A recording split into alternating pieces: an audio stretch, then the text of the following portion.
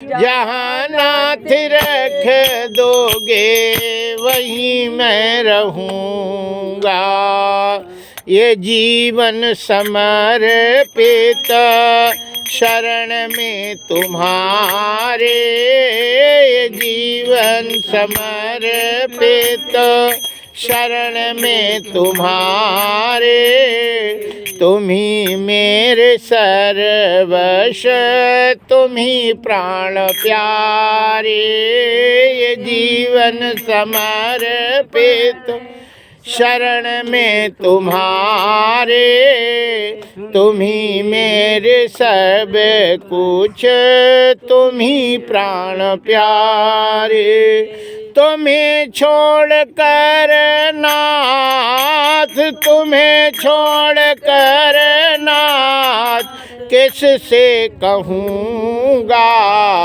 जहाँ ले चलोगे वहीं मैं चलूँगा। जहाँ ले चलोगे वहीं मैं चलूँगा। जहाँ नाथ रख दोगे वहीं मैं रहूँगा। न कोई उलहना, न कोई अरे जी, न कोई उलहना, न कोई है अरे जी। कर लो करा लो तुम्हारी ही मर्जी, कर लो करा लो तुम्हारी ही मर्जी। कहना भी होगा तो तुम्ही से कहूँगा। जहाँ ले चलोगे वहीं मैं चलूँगा। जहाँ ले चलोगे वहीं मैं चलूँगा। जहाँ नाथ रख दोगे वहीं मैं रहूँगा। तुम्हारे ही दिन हैं, तुम्हारी ही रातें, तुम्हारे ही दिन हैं, तुम्हारी ही रातें। कृपा नाथ तुम्हारी, तुम्हारी कृपा ते, कृपा नाथ तुम्हारी है। तुम्हारी कृपा से सहाओगे नाथ जो भी, उसी से सहूँगा। जहाँ ले चलोगे वहीं मैं चलूँगा। जहाँ ले चलोगे वहीं मैं चलूँगा। दयानाथ दयानी है मेरी अवस्था, दयानाथ दयनी है मेरी अवस्था। तुम्हारे ही हाथ है मेरी सारी व्यवस्था, तुम्हारे ही हाथों में मेरी सारी व्यवस्था। नारायण प्रभु प्रेम पावन करूँगा। जहाँ ले चलोगे वहीं मैं चलूँगा। जहाँ ले चलोगे वहीं मैं चलूँगा। जहाँ नाथ रख दोगे वहीं मैं रहूँगा। बोलिए बाके बिहारी लाल की जय। हरिशरणम। आइए श्रीमद् भागवत महापुराण में श्री भीष्म पितामह युधिष्ठिर से कहते हैं कि जीवन की सबसे बड़ी सबसे बड़ी बात है शरीर को स्वस्थ रखना, है ना। और शरीर स्वस्थ कैसे रहता है ये शास्त्र में जितनी भी बातें बताई गई है ये सब शरीर स्वस्थ रखने की बातें हैं, है ना। चाहे उसमें ऐसा करने से अधर्म होवे, ऐसा करने से नरक होवे, ये सब बातें बताई गई, लेकिन इन सब का मूल है इस कार्य करने से शरीर स्वस्थ रहता है और इसके विपरीत चलने से स्वस्थ नहीं रहता है ना। तो सबसे पहले बात बताते हैं सुबह सोने से, है ना। तो सोने के पहले हाथ पैर मुंह धो करके सोना चाहिए, है ना। हाथ पैर धो के और फिर सोने जाना चाहिए। और हाथ पैर धो के और गीले पैर नहीं सोना चाहिए। हाथ पैर धो के और फिर पोंछ के और फिर जब गर्म हो जाए या सेंक ले वह कछू, और इसके बाद फिर सोने जाना चाहिए। सोने के लिए उत्तर के तरफ सिर करके कभी नहीं सोना चाहिए और पश्चिम के तरफ सिर करके कभी नहीं सोना चाहिए, है ना। उत्तर के तरफ सिर करके सोवे तो भयंकर बीमारी लगती है और जल्दी टन्न गणेश हो जाते हैं, जल्दी मरना हो, है ना। तो उत्तर के तरफ सिर करके सो तो जल्दी सीताराम हो जाते हैं पट्ट से, जय सिया राम। और दक्षिण के तरफ सिर करके सोवे तो वो मारे मारे नहीं मरता है, बहुत दिन जीता है। पूरब के तरफ सिर करके सोवे तो विद्या आती है, ज्ञान आता है। और पश्चिम के तरफ सिर करके सोवे तो भयंकर रोग आता है ना। इसलिए दो दिशाओं में सिर करके सोना चाहिए।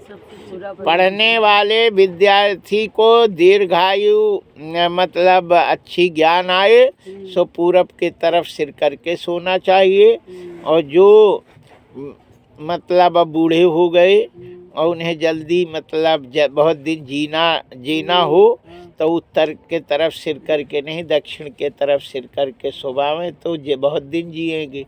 और बूढ़ों को जल्दी मारना हो, जगह खाली कर दें तो उत्तर के तरफ सिर करके सोवाओ तो जल्दी टन्न गणेश हो जाते हैं, जल्दी मर जाते हैं, है ना। तो नहीं मालूम, ये तो मालूम इसमें तो है, तुम्हें नहीं मालूम तो हम तो बता रहे हैं, यहाँ मालूम भाग भीष्म कह रहे। गुरु जी हम बताएं ये श्री कृष्ण जी क्या याद थे? बोलिए श्री कृष्ण भगवान की जय। कृष्ण भगवान पार ब्रह्म परमात्मा है ना, ईश्वर हैं, वो कुछ नहीं है। राम जी भगवान है ना। यही भाग करके रहना चाहिए, ये नहीं कि वो यादव थे कि वो थे। भगवान श्री कृष्ण ईश्वर हैं, पार ब्रह्म परमात्मा हैं। और भीष्म पितामह उन सबको ये बता रहे कि ऐसा करने से, ये हम नहीं बता रहे, भीष्म जी आ कह रहे, कृष्ण भगवान सब बैठे सुन रहे हैं, है ना। तो दक्षिण के तरफ सिर करके सोने से व्यक्ति दीर्घायु होता है, बहुत दिन जीता है। उत्तर के तरफ सिर करके सोवे तो जल्दी मरता है। पश्चिम के तरफ सिर करके सोता है तो रोगी होता है। और पूरब के तरफ सिर करके सोता है तो वो ज्ञानी होता है, बुद्धिमान होता है। अब सोने के बाद जब उठे तो पहले जल पीना चाहिए, है ना। और सोवे तो बाएं तरफ सोना चाहिए, बाएं हाथ को सिर पे रख के और बाएं करौटा ही सोना चाहिए, न सीधा सोना चाहिए और न दाहिने हाथ में सिर रख के सोना चाहिए। बाएं तरफ बाएं हाथ में सिर रख के और सो जाना चाहिए। और इसके बाद सवेरे बाएं से ही उठना चाहिए और बैठ के और भोजन वो पानी पी लेना चाहिए, ज़्यादा से ज़्यादा पानी पी लेना चाहिए। तो जो पानी जल पीता है सुबह उठ के तो उसको रोग नहीं आते, प्रात काल खटिया में बैठे, खटिया में बैठे उतरे ही नहीं, वहीं बैठे बैठे प्रात काल खटिया में बैठे, पिए तुरंत है पानी, जाके घर में वैद न जावे, यह घाघ का मानी। ये घाघ का कवि है, आयुर्वेद के प्रवर्तक थे, उन्होंने ये लिखा है। वैसे भागवत में भी भीष्म कहते हैं कि जो खाट में बैठे और भोजन करने के बाद तुरंत बाथरूम जाना चाहिए, है ना। भोजन करने के बाद तुरंत बाथरूम जावे और बाएं सोवे, उसके घर में वैद्य कभी नहीं जाते, वैद्य जाते ही नहीं, वो निरोग रहता है। हाँ, तो बात जब बाथरूम न लगे तो भी जावे, भोजन के बाद तुरंत जाना। तो ये इसके बाद उठे तो मंजन नहीं करना चाहिए, दातून करनी चाहिए। दांत ही ना हो, दांत हो चाहे नहीं, चाहे कूट लेवे और मंजन नहीं करना चाहिए। नहीं, दातून जैसे ये लोग करते हैं सब ब्रश से, तो गलत है। बुरुश गलत है, बुरुश कभी नहीं करना चाहिए। दातून आयुर्बलम यशोवर्च, है ना, आयु बढ़ती है, बल बढ़ता है, यश बढ़ता है, सुख मिलती है। और दातून से हर प्रकार की सिद्धि होती है। तो जो महुआ की दातून करता है उससे पुत्र लाभ होता है ना। वो दातून करने की विधान ऐसा है कि दातून को चबावे और उसका जो रस निकलता, बकला के साथ दातून करे और उसका जो रस है उसको थूकना नहीं चाहिए, उसको घुट्ट कर लेना चाहिए, चबा के और घुट्ट करते जाओ, काहे कि उसमें तो कुछ है ही नहीं, है ना। और बस चबा के उसका रस घुट करो। यदि तुमने रगड़े भी दांत, तो दांत में कौन ऐसा है, तुम्हारे पेट में तो भरे ही है ना, जो दांतन में है, कोई जहर तो है नहीं कि आप जाओगे तो वो हो जाएगा। उसको दातून करके और उसको थूके नहीं,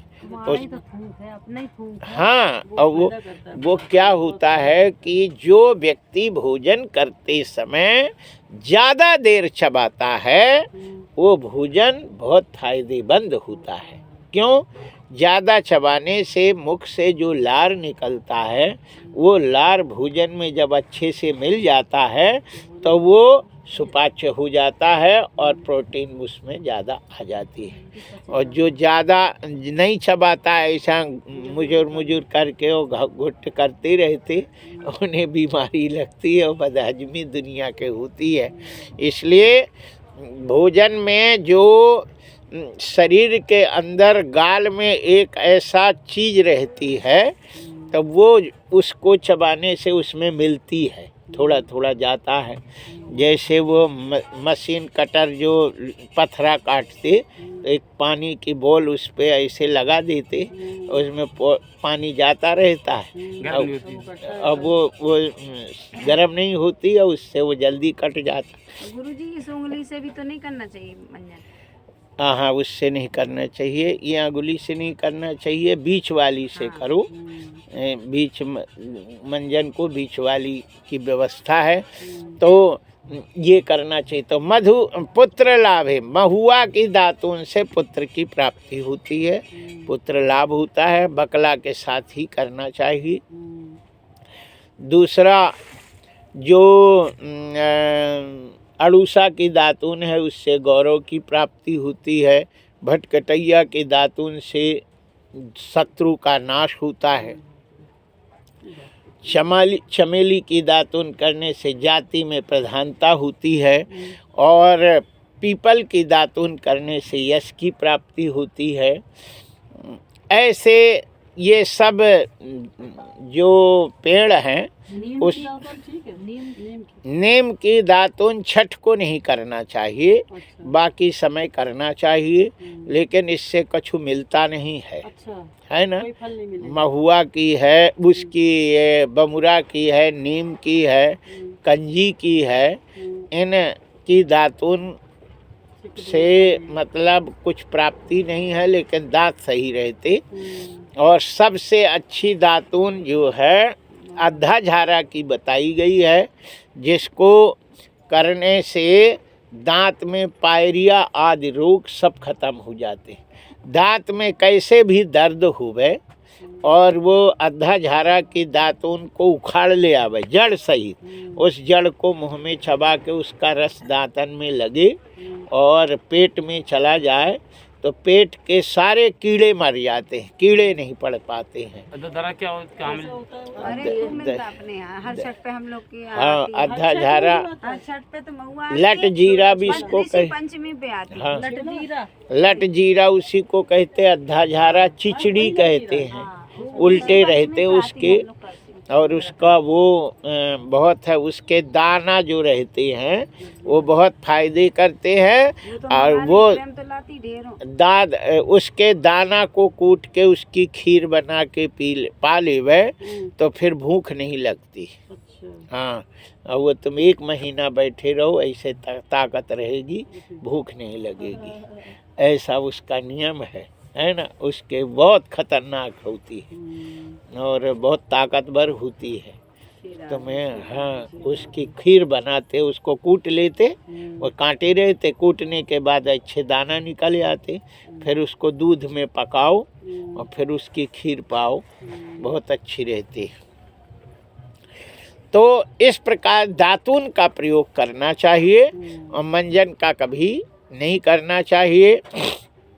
भीष्म जी कहते हैं कि सुबह उठने के बाद फिर दातून करने के बाद स्नान करना चाहिए। स्नान सूर्योदय के बाद स्नान कभी नहीं करना चाहिए। यदि व्यक्ति को अपना कल्याण चाहना हो तो वो सूर्योदय के बाद स्नान नहीं करे, क्योंकि अपने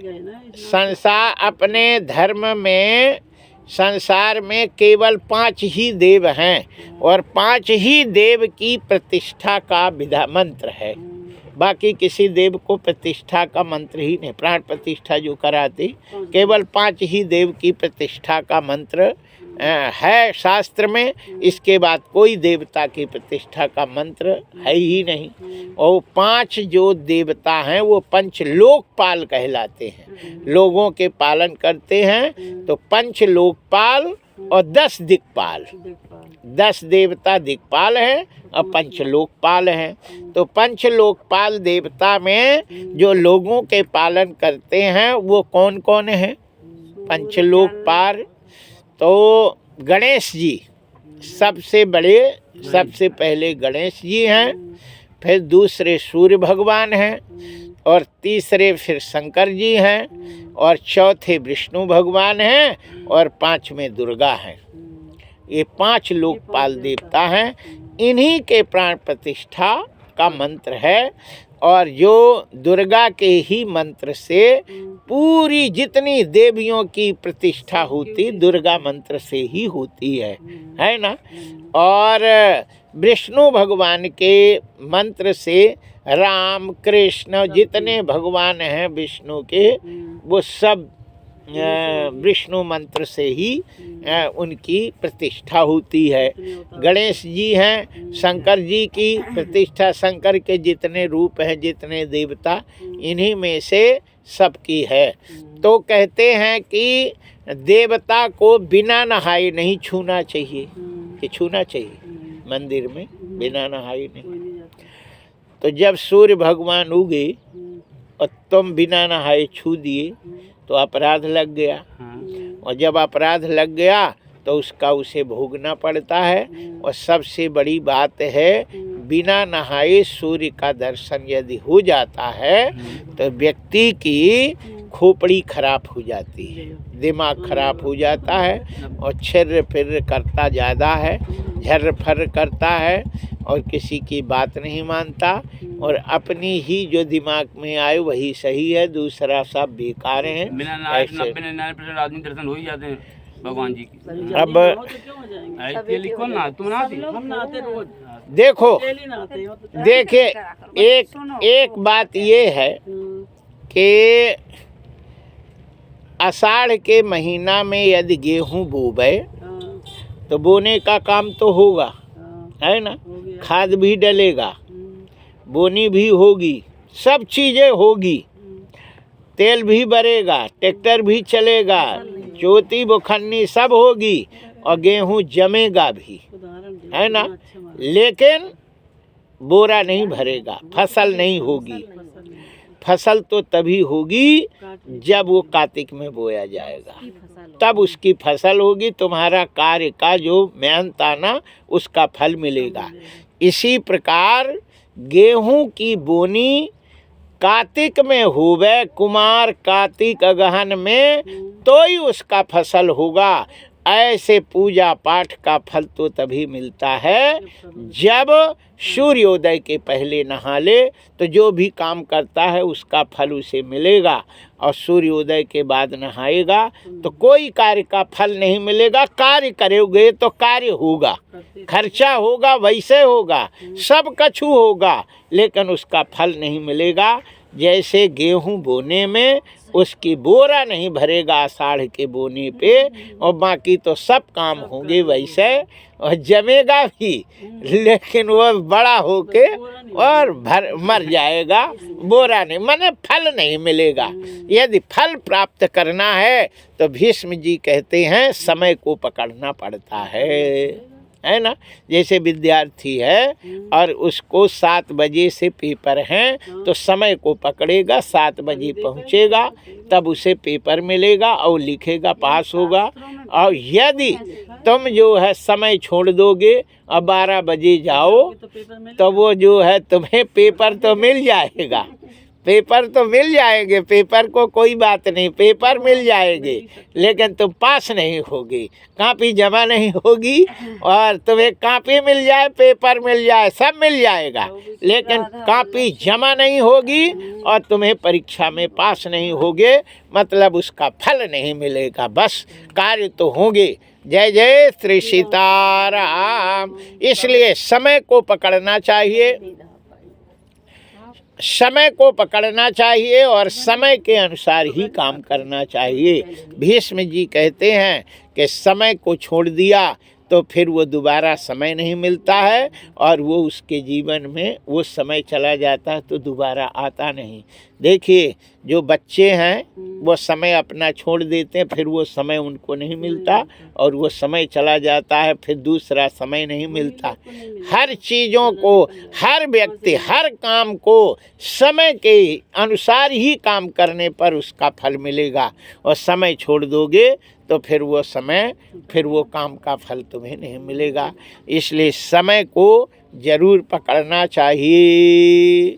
जय जय श्री सीताराम। फिर सुबह स्नान करके पूजा पाठ अपना करी, लेकिन पूजा में, दान में, पुण्य में काला कपड़ा कभी नहीं पहनना चाहिए, और ना तो नीला पहनना चाहिए और ना लाल पहनना चाहिए।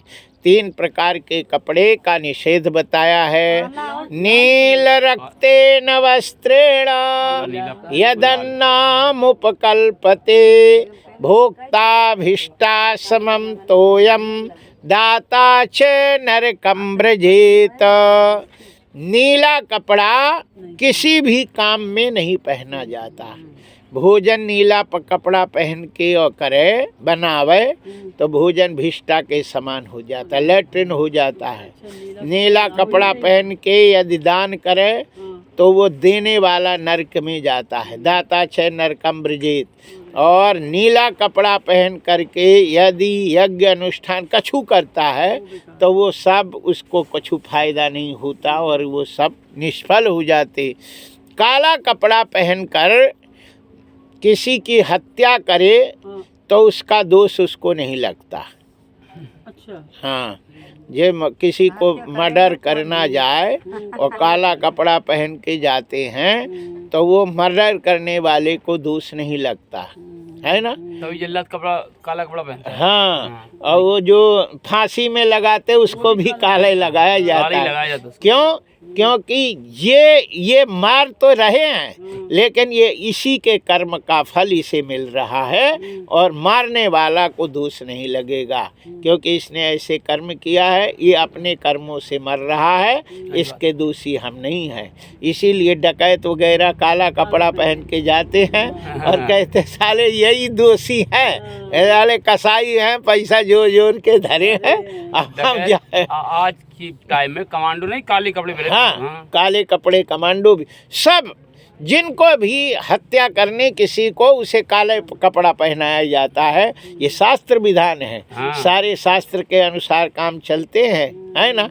इसलिए मांस बनाना हो, मांस बनाने के काटने का सब काला कपड़े का प्रयोग करते, लेकिन बिना काले कपड़ा पहन के और भोजन नहीं बनाए सो वो फिर मांस के समान हो जाता है। इसलिए काला भी वस्त्र कपड़ा निषेध है। काला करे भी ना, ये सबसे अच्छी बात तो जी है। काला, पीला, नीला और लाल है। हाँ, केवल कपड़े का जो चश्मा काला लगा उसमें तो दोष नहीं है, या वो भी न लगा है। काला चश्मा को लगाता है, ज्यादातर नहीं वो तो चीज अलग है। काला फ्रेम है काला, लेंस तो सफेद ही है। हाँ, वो तो फ्रेम से नहीं है। काला तो लोग आँख बनवाए हों, आँख ऐसे हो तो हाँ, नीला बहुत काला। काला और नीला, लाल पहन सकते, लाल भी नहीं पहनना चाहिए, लाल नहीं पहनना चाहिए, लाल नहीं पहनना चाहिए। तीन नील रक्तेन, नील रक्तेन वस्त्रेण, है ना। नीला, लाल और काला, ये तीनों कपड़ा निषेध है। लाल का ही निषेध है। लाल, नीला का ही निषेध है। नीला तो हमने सुना है, नीला काला। तो काला नहीं सुने, काला भी, लाल का नहीं सुना। लाल अब हम बता रहे हैं, भागवत में लिखा है, सुन लो। नील रक्तेन वस्त्रेण, नीला, काला और लाल, ये वस्त्र एक जगह सभी विद्वानों की थी, तो उन्होंने कहा कि नीला क्यों नहीं पहनना चाहिए, लाल क्यों नहीं पहनना चाहिए, काला क्यों नहीं पहनना चाहिए। तो इसका मतलब ये है कि भगवान श्री विष्णु भगवान का जो शरीर है वो नीला है। नीलाम्बुजस्यामलकोमलांगम सीता समारोपित वाम भागम प्राणौ महासायक चारुचापम नमामि रामम रघुवंशनाथम। नीला भगवान का शरीर है ना। नील अम्बुज, नील सरोरुह, नील मणि, नील नीलधर श्याम, लाजहि तन शोभा निरख कोटि कोटि सतकाम। पार ब्रह्म परमात्मा ने जब शरीर धारण किया तो नील सरोरुह, नील मणि, नील नीलधर श्याम, लाजहि तन शोभा निरख कोटि कोटि सतकाम। उनका पूरा शरीर नीला था। नील सरोरुह, नील मणि, नील नीलधर श्याम। लाल का सुनो, तो नील भगवान का शरीर नीला है, इसलिए भगवान के रंग को अपने शरीर में धारण नहीं करना चाहिए। एक ये शास्त्र का मत नहीं है, तो ये लिखा है कि ये नहीं पहनो, लेकिन विद्वान बताए कि भगवान का नीला शरीर है, इसलिए उसके अपने शरीर में है ना गंदगी करना ये भी है, सब है, वो नहीं होवे। वो तो सिर पे धारण कर सकते हो, है ना, लेकिन पहन नहीं सकते नीला। वैसे हमारे शास्त्र में, मुसलमानों में, किसी भी धर्म में नीला कपड़ा कहीं भी नहीं लगता, न पीठ में, न ईठ में, न अंडा, न झंडा, किसी में नीला, किसी में नहीं नीला। बस तो लगता है मायावती, मायावती। जय जय श्री सीताराम। पूजा की बात बता रहे पूजा यार, पीठ मतलब बता रहे हाँ, पीछे बनती हैं वह उनके पार्टी के तो ठीक है नीला। तो नीला उसके लिए निषेध है। दूसरा काला जमराज का रंग होता है ना। और लाल जो है दुर्गा का रंग होता है, हनुमान जी का है लाल देह लाली लसे। और उधरी लाल लंगूर अवज्र देह दानव दलन जय जय जय कपिशूल। ये हमारे इष्ट का है, लाल है, इसलिए उन्हें प्रणाम करना चाहिए, पहनना नहीं चाहिए, है ना, शरीर में धारण नहीं करो। और देवी का रूप है लाल, लाल चुनरिया, लाल निशान, है ना, लाल उनका है। जब देवी लाल तो साड़ी हो, कहीं सुहागने में जाओ तो लाल पहन के जाओ। गुरु जी का ये जो हनुमान जी का कलर है वही तो है बंधन वाला। हाँ, बोलिए बाके बिहारी लाल की जय। लाल थोड़ी इसलिए भगवा हुआ कलर है, ये लाल नहीं, ये लाल थोड़ी है। हाँ चलो नहीं, आरती ये करो। भगवा कलर है ना। बोलिए बाके बिहारी लाल की जय।